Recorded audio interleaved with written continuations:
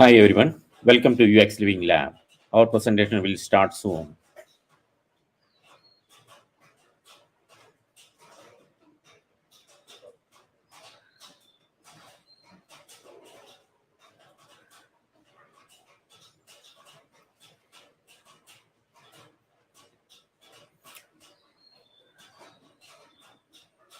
Hi, welcome to UX Living Lab. Thank you for coming back. Today we are talking about how to present analysis findings of UI designs based on UX research.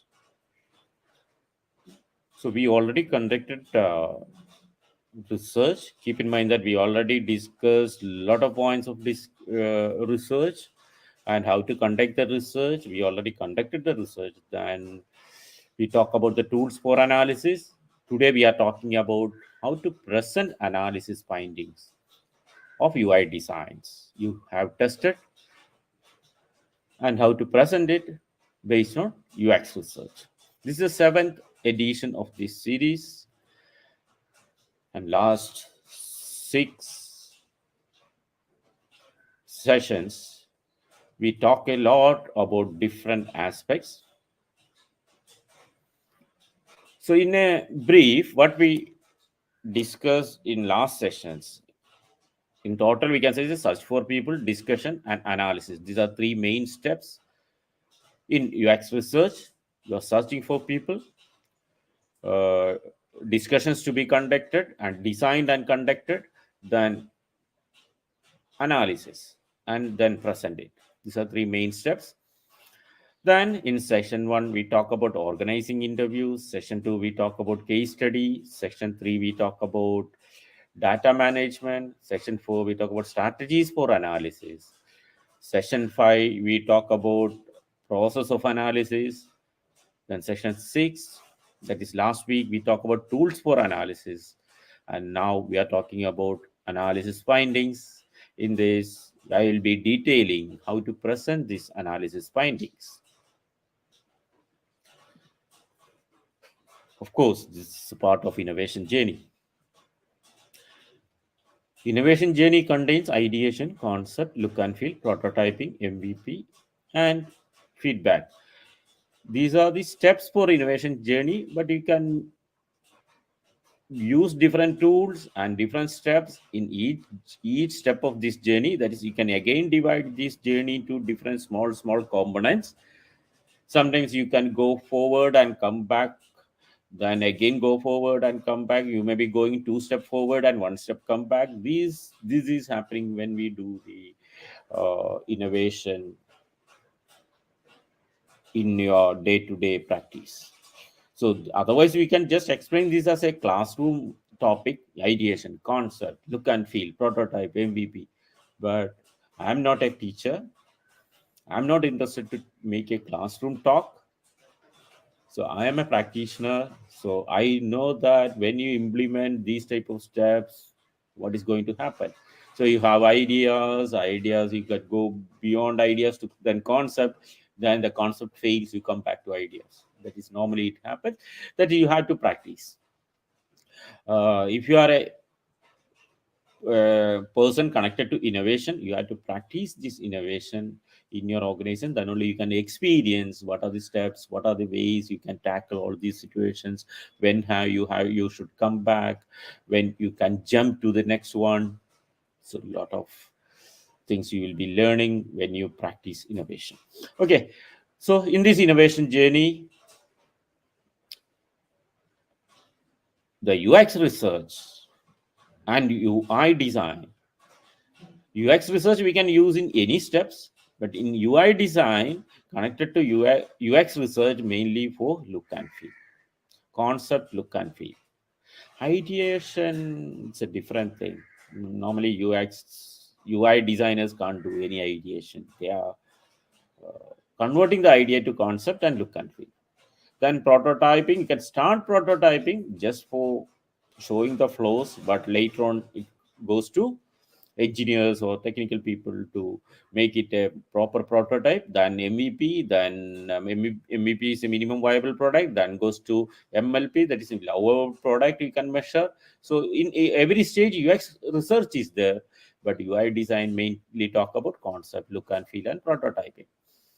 You will get more information and you can learn deep into UX trends by subscribing our newsletter.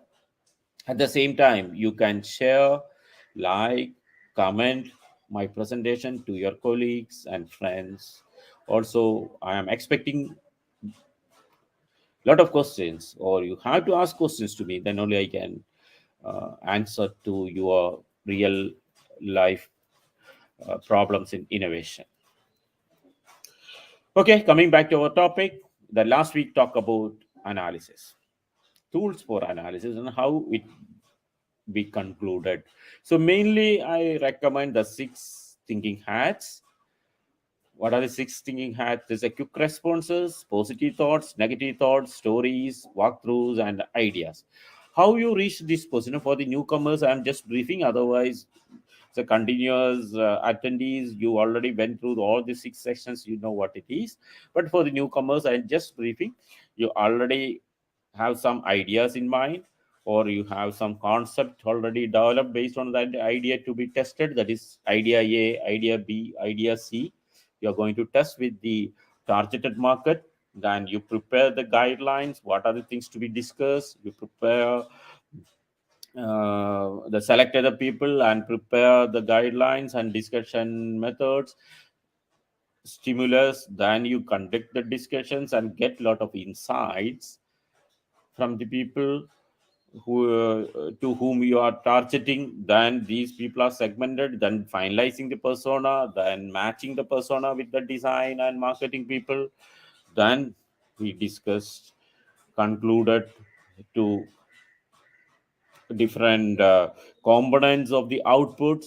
Then again you concluded using different tools to these 6 baskets. What are the quick response of the targeted person? That's the respondent. Quick response. What is his positive thoughts? What is his negative thoughts? What are the experiences and stories he shared? Experience and stories almost same, because the respondent is giving it as a story. Actually, it's an experience. It's a life experience shared by the respondent. Then walkthroughs. What are the process he explained? Whether he's having another process or whether he went through your process. Walkthroughs.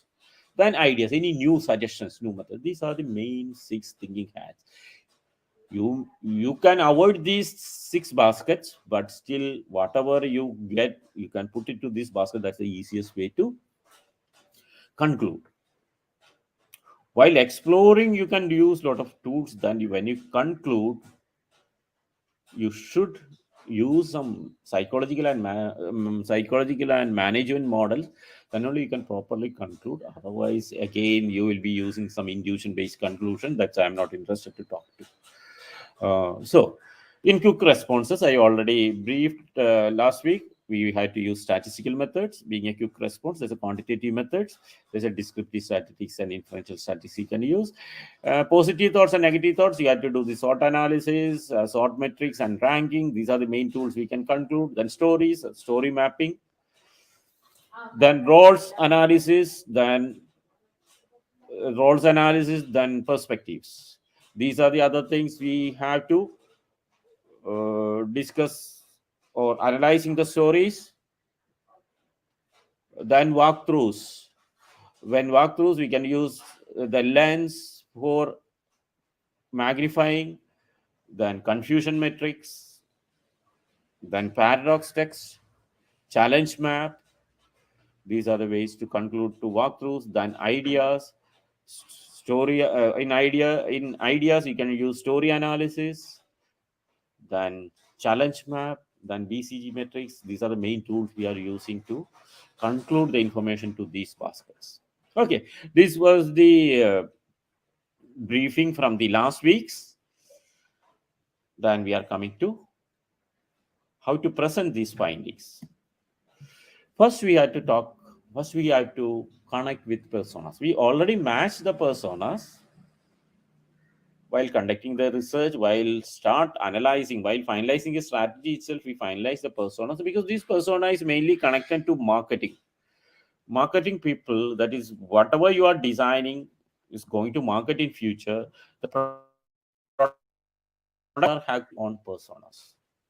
Product owner already finalized the personas, and which are the personas we have to target in the market.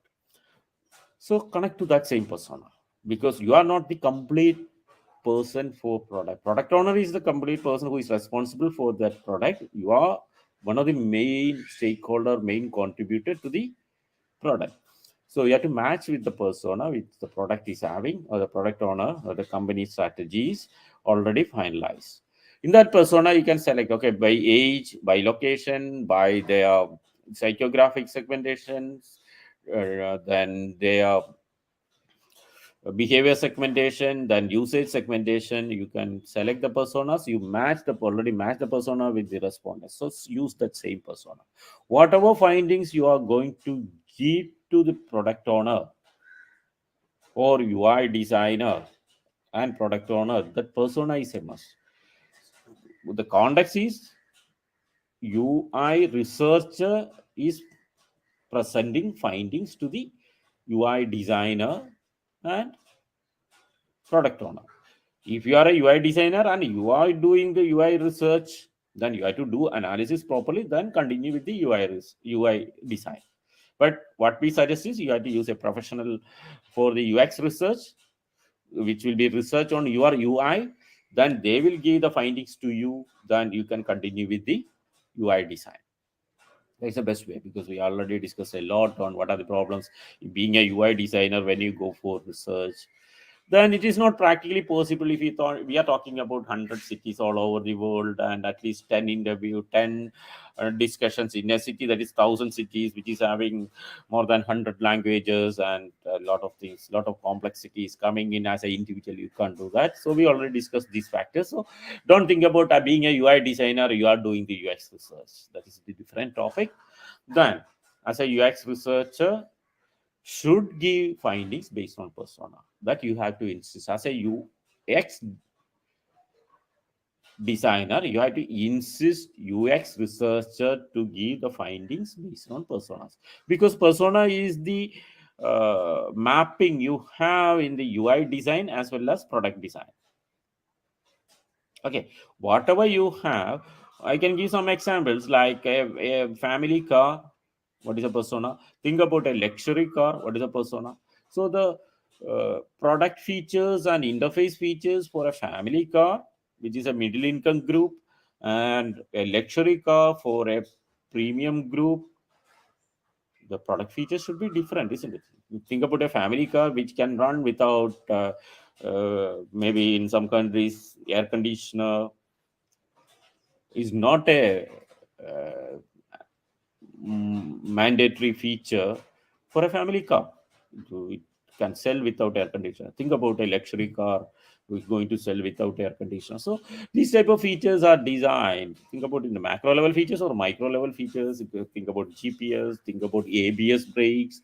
Okay, there are a lot of things we can talk about. These features are different for each persona. That's why the persona is an important aspect, not based on your intuition, not based on your design. Persona is an important thing for the design. Persona is the base. Then UX researcher give findings based on persona. Otherwise, they can give a lot of graphs. So think about, they are giving a lot of graphs, lot of findings, lot of bullet points. I'm not interested in any of this, because we need UX research to continue or validate UI design. Explanation is not enough. I'm not interested to present it as a beautiful graph, three-dimensional graphs, which is this percentage is this, that is percent. What we need as a UI designer, as a UI designer, what we need from a UX researcher. This is persona-wise 5-factor analysis. 5-factor is one of the base model while designing a interface for a product. For it based on product actually. So product is Think about any product, you can find out these five factors. So this five factor is one of the models you have to get information from UX design, UX research.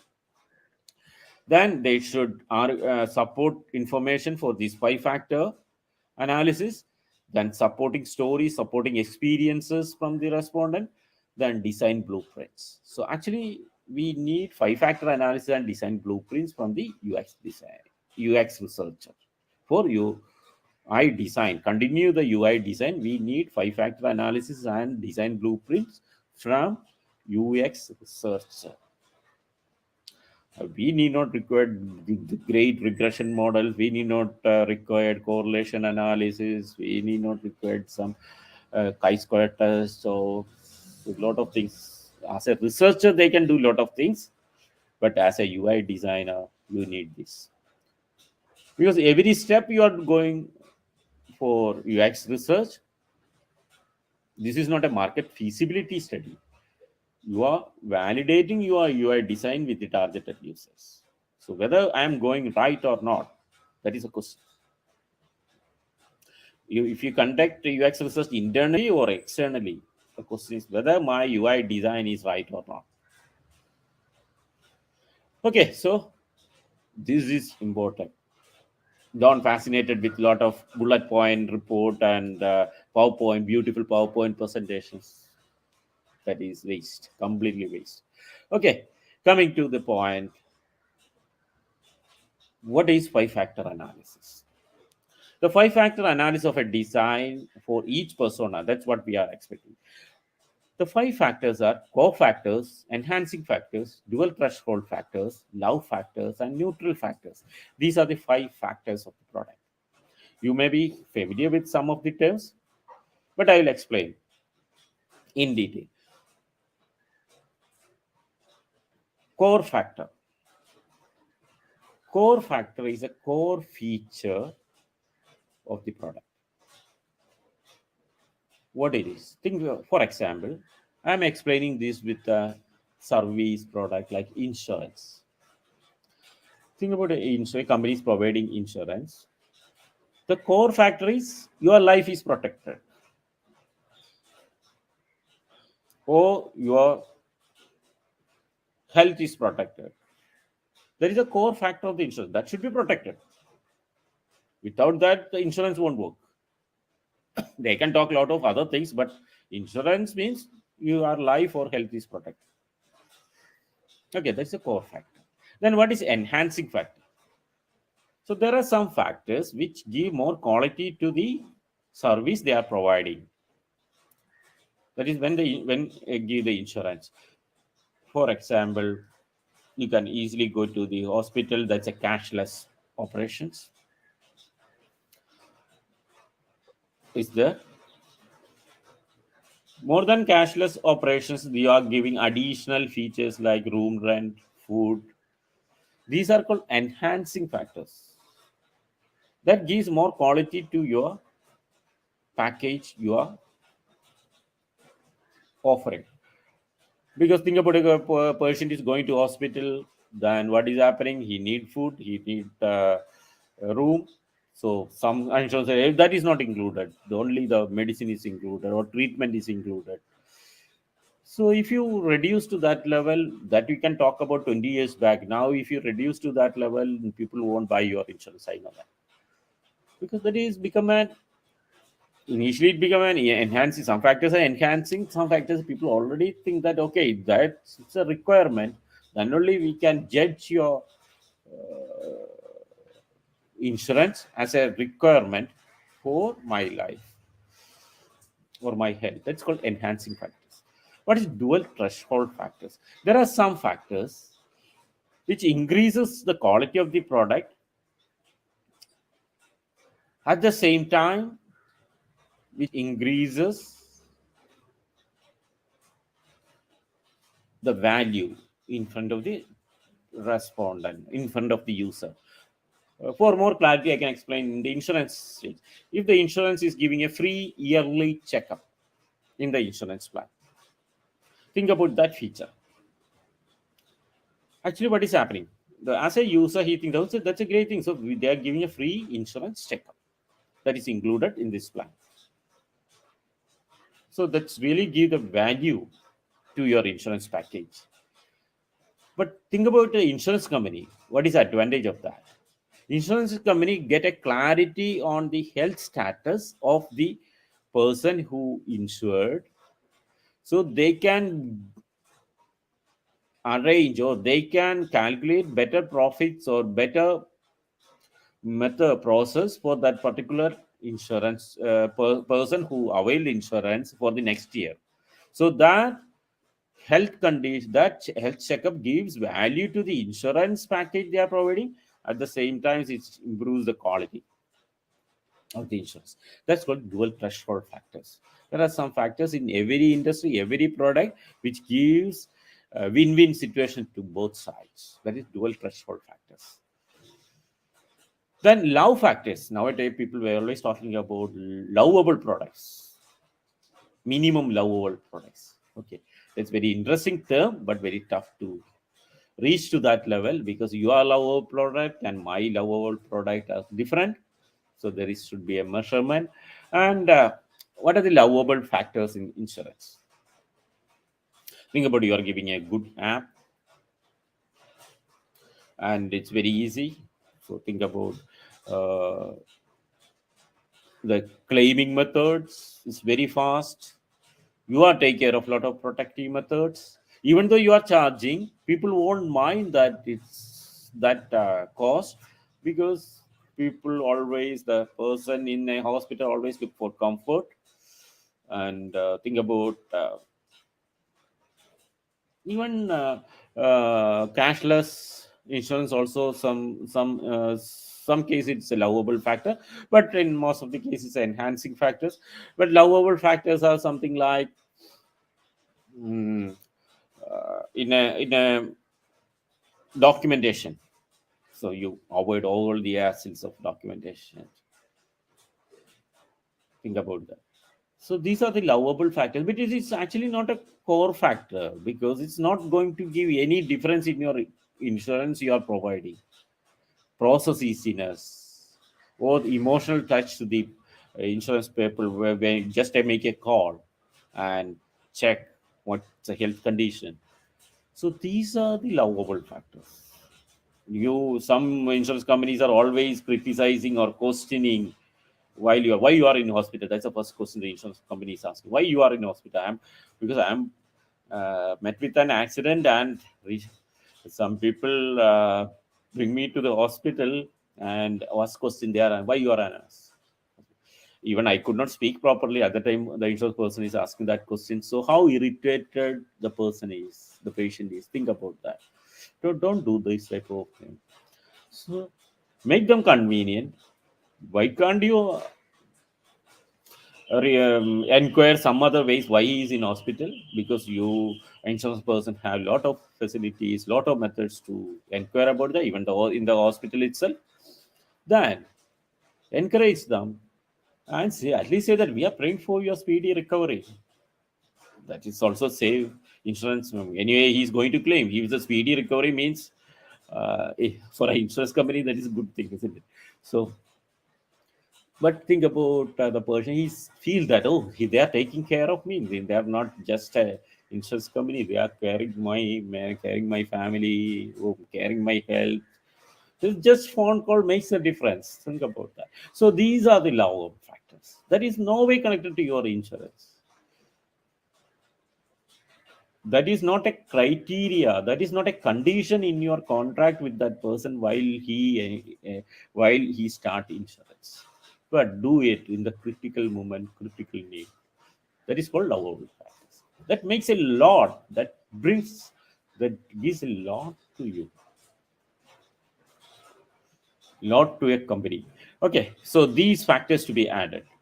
What are these factors the respondent is expecting? That is to be required. And neutral factors mainly talk about data, contracts, or the paperwork, all those things. Don't make it a very important thing. That's a part of procedure. You can say, okay, actually we need a signature at this point, but that's a part of procedure. do you think that that's a very complex thing? That's a way. That's a neutral factors. So there are a lot of factors. Coming to the neutral factors, the actually respondent or the person who is availing your service not interested in that neutral factors, but love factors always. But it is not affecting the core factor of the product, but he's creating the emotional touch with you, emotional association with you. That factors is a must. That factors is a must in your product. Then dual threshold factors, that's a win-win situation. That is some factors which is increase the quality as well as increase the service availed by the person. That is dual threshold factors. Then enhancing factors, which increases the quality of the product. Then core factors, that is core factors of your product. These are the points we expect from the person. These are the points we expect from the UX researcher while giving the report. Okay, these are 5-factor analysis of any product or any service, any process. These 5 factors are important. So as a product owner, you have to look into these 5 factors. As a UI designer, UI interface should look into these 5 factors, and it should contribute these 5 factors to the product. Then only the UI design will be perfect. Then comes to next point, design blueprints. So what is design blueprints? These are model for the design blueprint. It talk about, you can see some facts, some points like the line of user interaction, line of user visibility, line of internal interaction. What it is actually? It talk about line of user interaction. Above this point, user is interacting. Above this point, the things are visible to user. Above this point, the internal interaction happening. For example, think about a automobile. You can see a dashboard. So in dashboard, user is giving some commands, changing the knob or giving some instruction. That's a line of user interaction. Whatever you are permitting, user is doing. That's why. So that's a user interaction. Line of user visibility, that displays and everything, something they can just see it. Then they can react. This line of user visibility. Then what is happening inside that, user don't know what the program inside it, how it is running. That is called line of internal interaction. These are the important points in blueprints. I will explain it again. As a UI designer, you have more concentration, visual evidence, user actions, front end, then back end and support processes for the technical people as well as the product owner. So again, these things to be finalized based on persona. 5-factor analysis should be on persona. The same persona categorization is required here. So what is a visual evidence? When you do something, you have to get a response. When you change the temperature, you have to show the temperature is increased to this point. This is one of the important things. Otherwise, you go through 10 heuristics of UI design. I already delivered an exclusive presentation about 45 minutes on 10 heuristics. It's a great rules, 10 commandments of UI design. You have to follow that. So one of the main rule is visual evidence. Give the response. Then user action. Based on the visual evidence, user taking the action. So what is the user action? Then these two things combined, you can say the line of user interactions. They are seeing something and acting. Then line of visibility. So whatever in the front end, whatever in the visual space that is visible to, maybe it's changing the colors, whatever the knobs, whatever the shapes, everything. In application also you can see what is the front end that is shown to the user. So front end, user action, and visual evidence. These are the important things. As a UI designer, you need information. Then based on this, the backend will work. Then support process is the core engines inside that. For example, the technology used in that, or maybe very interesting example. I always refer to people, go to Google Translate. Very interesting example. You are using Google Translate. So what you are doing? So you can see that the translation is coming. Then what is the user action? User give some words to that. User can see translation is as output. The visual evidence is there. User input is there. Then front end there is a screen for the input. That's output. What is happening in the backend? You know that it's translating. Okay, that's the only thing. So there is a something program is happening in the backend. What is the support process? You may not have much idea what method they are using for translation.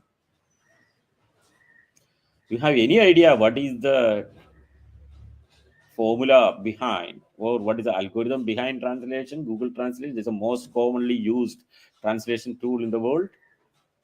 Whether you know whether they are saving it, you don't know. Are they translating based on meanings, or are they translating based on nouns? You don't know. Anyway, you are just looking to the output and judging that whether it is correct or not. Sometimes you may be having some funny moments with the translations. That's also there. But think about the core engine behind that translation, how they translate. That is the good example to understand about these 5 steps. Same way, in your product there are core features, the support process is there, back end is there, front end is there, user action is there, visual evidence is there. As a UX researcher, they have to concentrate more on these 3 factors when they give report to UI designer, because UI designer is more interested in these 3 factors. All the 5 factors are interesting topic to the product designer. Again, these information you have to give based on persona. Each persona you had to develop different design blueprints. Each persona you had to develop 5 factor analysis. That's in core factors, enhancing factors, dual threshold factors, love factors, and neutral factors. These 5 factors you have to develop it for each persona. Like that, you have to develop sorry, design blueprint for each persona. That's the way you have to expect, or you have to insist UX researcher to give the report. Then, in some personas, some factors are common. Again, while you get the report, you will get that you can see it from the report itself. So you can insist the researcher to group the personas according to the common front end features. Back end is always common, because whatever may be the back end, that will be same. Because if you are talking in English, or if you are talking in Chinese, think about the translation process is same from the company. So maybe you're translating from one language to another. They are saying that we are translating between 60 languages. So you are translating between any language. Maybe in China, you may be giving importance, the front end give more importance to Chinese, and in UK, the front end gives more importance to English. But in both cases, backend will be same and support process will be same. So you need not worry about these 2 factors, these 2 components.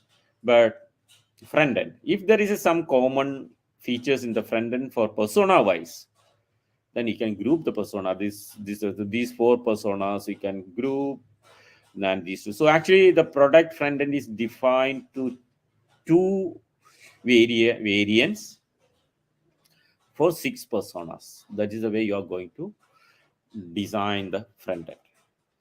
So actually, you are designing 2 front end. In this case, even though there are 6 personas, you are designing 2 fronts, because you can accommodate 90% of the requirement of these personas in this. 80% is better, not for 90%. 80% of feature is common, then you can group. Because we always look into Pareto analysis, 80-20 rule. So maybe this 20% of this person may not be missing in the common. If you design only for this persona, this is 100% perfect. But when you combine these features, the 20% of the first persona may be missing, but 80% is okay. The second person also like that, third person also like that, fourth person also like that. But that 20% of the each persona will be different. Don't think that the same 20% is missing. So missing factor of the 20% of you, or in a different way, we have the 20% of persona 1 and the missing factor of the 20% of persona 2 are different features. If it's the same feature, don't do that. Okay, so this is the way. Now you are defining two front end. These two front end is for big companies. Normally, even in small companies, it may not be required. But when I am starting this process, I think that I said that we are doing a case study, or we are doing taking the context of talking 100 cities, testing your UI designs or evaluating your designs in 100 cities with at least 10 participants in one city, that is 1,000. So if you are launching a product in 100 cities all over the globe, then maybe 2 or more front end is needed. Okay, that is a way you have to. So how to present analysis findings of UI designs based on UX research? The takeaways are 5-factor analysis and design blueprints. Again, I am talking of core factor analysis, enhancing factors, dual threshold factors, love factors, neutral factors. Here, visual evidence, user interactions, front end, these 3 things, then back end. So you need information about these 5 factors from the UX research, and need information about the front end, these 3 activities of user front end, user interactions, and visual evidence. Okay, back end and all those things given to the technical people. Okay, so based on your recommendation, the back end or the product designer will find it. So concentrate only this, and you have to update this in a regular basis. When you, as a UI designer, when you move from UI design version 1 to UI design version 2, you have to update these 2 factors. When you upgrade, you have to track these factors. What are the neutral factors you upgraded from version 1 of UI design to version 2? Then what are the love factors? What are the dual threshold by enhancing by core 5? These 5 factors based on persona, and these 3 factors based on persona. If the UX researcher may be presenting it with good bullet points, graphs, lot of colorful things, stories, okay, keep it aside, look into these things. So these are the things as a UX researcher to submit to UI designer. At the same time, UI designer needs from the evaluation of his designs. Okay, now this is the last session of this series. We talk a lot in last 5 hours in 7 weeks. This is the 7th week for a newcomer. Maybe that is very interesting for you to go back to each section, go through these videos, because every minute points, I hope I explained every minute point of this, how UX research works on UI design. First point is, as a UI designer, don't do UI design with your intuition. It should be customer-centric, user-centric design. Based on UX research, you have to find like. So what are the things we talk about in last session? Session 1, organizing and interviewing. In that we talk about environment for interviewing, interviewing channels, number of interviews needed, selecting and scheduling participants, duration of interviews, interview guidelines, preparations, interviewing, how to do interviews. In session 2, I elaborate all those things with a case study. So as a music lovers case study, session 2.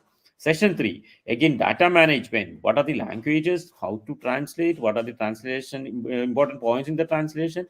Note taking, transcription, audio video recording, streaming, then legal formalities to be followed, white labeling. So look into how deep we discuss in all these sections. Then session 4 is strategies for analysis, that information flow, information desk, then managing data loss. What are the data losses? How to manage that, learning funnel, then flow of analysis. And session 5 talk about process of analysis, that regrouping of deck, analysis methods. Then section 6 we talk about tools for analysis, that is SWOT analysis, story mapping, perspectives, challenges, paths, portfolio strategies. And today we talk about 5-factor analysis and design blueprint. So starting from organizing to the findings, this is the way we have to bring the user experience to the UI design. If you have any other way, you can suggest me. But always keep in mind that I'm not talking about a small product which is going to a small market. You can do the design. Okay. Even though you are doing that, you are doing this process non-intentionally. But being a big company, when you go for multiple locations, multiple target groups, you have to follow these type of professional methods. Think about a context. You are going to do a UI design for a product which is going to release in 100 cities all over the world. So you have to follow that. Company has to follow this type of method. Otherwise, it's very risky for the company to base your intuitions. You can. Oh, what is a database, or what is the proof for your intuition that is correct? Don't claim that you are an expert, so you have to believe you. Okay, we can believe you only if you provide the data. So you, as a UI designer, you should have the research data to continue or to finalize UI designs. This is the way you have to bring user information, user experience to the design room. Okay, so I expect whenever you have time, you go through these sessions and learn if you are more interested in it. And if you are an expert in UI design, you have to go through these methods. And if you are a product owner, you have to look into these methods to take the proof before launch. Before launch, you have to do all those things. I mean, nothing I'm talking about after launch. Or you have to do between version 1 and version 2. Anyway, the version 2 is launched based on this. After version 1, okay, even though you've already done with version 1, with the inductions or without doing any proper research, okay, let it be. That is a learning step. Then do it, then release version 2. So this process should be a continuous. Whatever may be your method, that is a digital method or online, offline, but it's very difficult to conduct UX research online. Still, you can conduct, but it's very difficult because a long interviews is very difficult, and people will be that telephone. I'm not talking about the telephone interviews. So telephone interviews is a waste in UX research. Talking about face-to-face interviews through digital, that's also possible, but better go for offline. But depending on the person you are talking about, think about a housewife, illiterate housewife, he is going to use your product, better go for offline. Okay, so everything we discuss in these sessions, go back to these sessions and understand it. Thank you so much. Thank you for your time. And next week we'll be starting another series on another topic, always connected to open innovation journey. So there is no point in deviating from that. Innovation, open innovation. Okay, open innovation journey. So I'm waiting for your questions. Ask your questions or add your questions in that comment box. I will answer everything today or later. Also, I invited to follow our newsletter. You can share, you can comment, you can like my presentation. Waiting for questions.